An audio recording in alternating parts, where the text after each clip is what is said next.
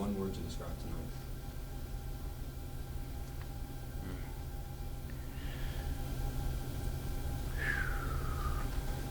Crazy. I think it was crazy, but I mean, I don't know. I couldn't even give you one. There was a lot of mixed emotions out there.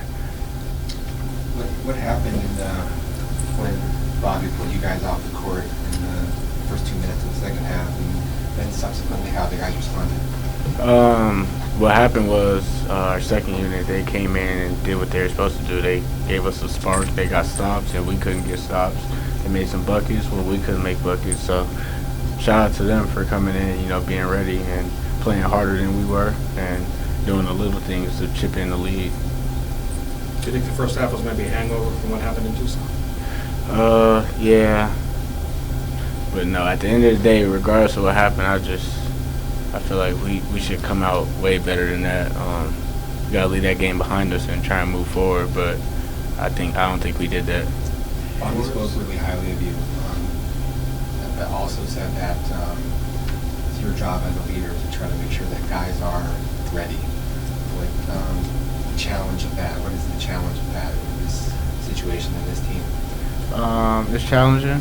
I mean, it's always challenging to be a leader. It's always challenging to make sure everyone's ready because, I mean, at the end of the day, you got to make sure yourself is ready too. So I just think just continue to talk with the guys and try and put this behind us and help them understand how important these next 4 games are. That'll be huge moving forward. What did he change to allow you to kind of take over the game? And it seemed like the other guys kind of fed off of that throughout the second half. Well, I fed off of Braylon, so I'll shout out to Braylon.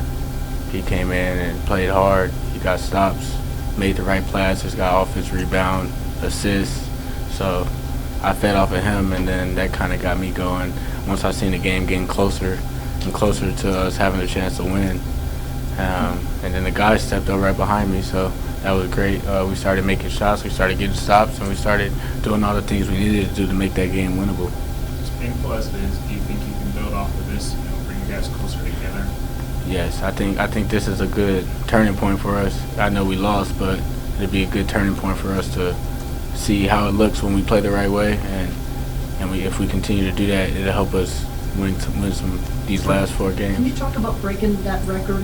That was a huge steal that you had down the stretch when you broke the record, and obviously to not win the game, I'm sure it probably sucks. But kind of your thoughts about breaking that? Breaking the record, I mean, it's a great individual accomplishment, but I just feel like, I want to win, so I want to give thanks to everyone who supported me and give thanks to the man above, my Lord and Savior, Jesus Christ, and I'm blessed, but at the end of the day,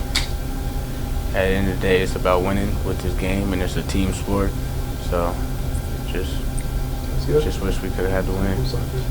That last play in regular time, you had that bucket that tied the game.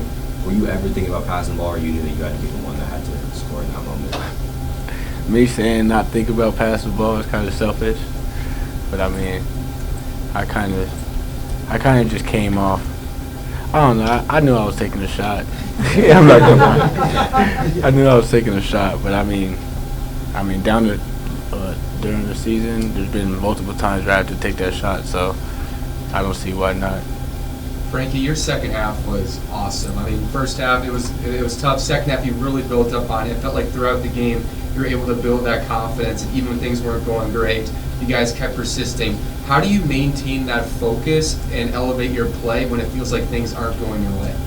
It's just about realizing what we're struggling with and realizing how close we are to winning the game. So just once you see the score getting closer and closer, that's when you kind of have to realize, like, okay, we need a bucket here, or we need to stop here, or things like that. So it's just about just keeping an eye on the clock and the score, and understanding time and score and what the team needs in that moment. Frankie, how different is the feeling? At halftime, you guys are going down 21 points, and then now to lose by just 2. Like, how different is the feeling going into halftime and then after the game? After the game, you get this feeling like you want to say you're kind of like proud of the guys for not backing down and continue to fight. Because at halftime, I mean, even Coach Nick kept saying they're gonna give us the lead back. They're gonna let us back in it and just keep fighting. So that just showed that we were willing to stay together during the tough times and, continue to chip away and get closer to making it a winnable game. Bobby said one more. Bobby said that you guys are feeling kind of individual, kind of playing your own game out there in the first half. Did you feel that disconnect between the 5 of you on the court? Yeah, you can definitely feel the disconnect when you're out there because, we played a lot of games this season, so you can tell when we're connected and when we're disconnected just based on shot selection and also individual defense and team defense and just all the aspects of the game. You can feel the energy shift and things like that. All right, thanks, Frankie. Thanks, Frankie.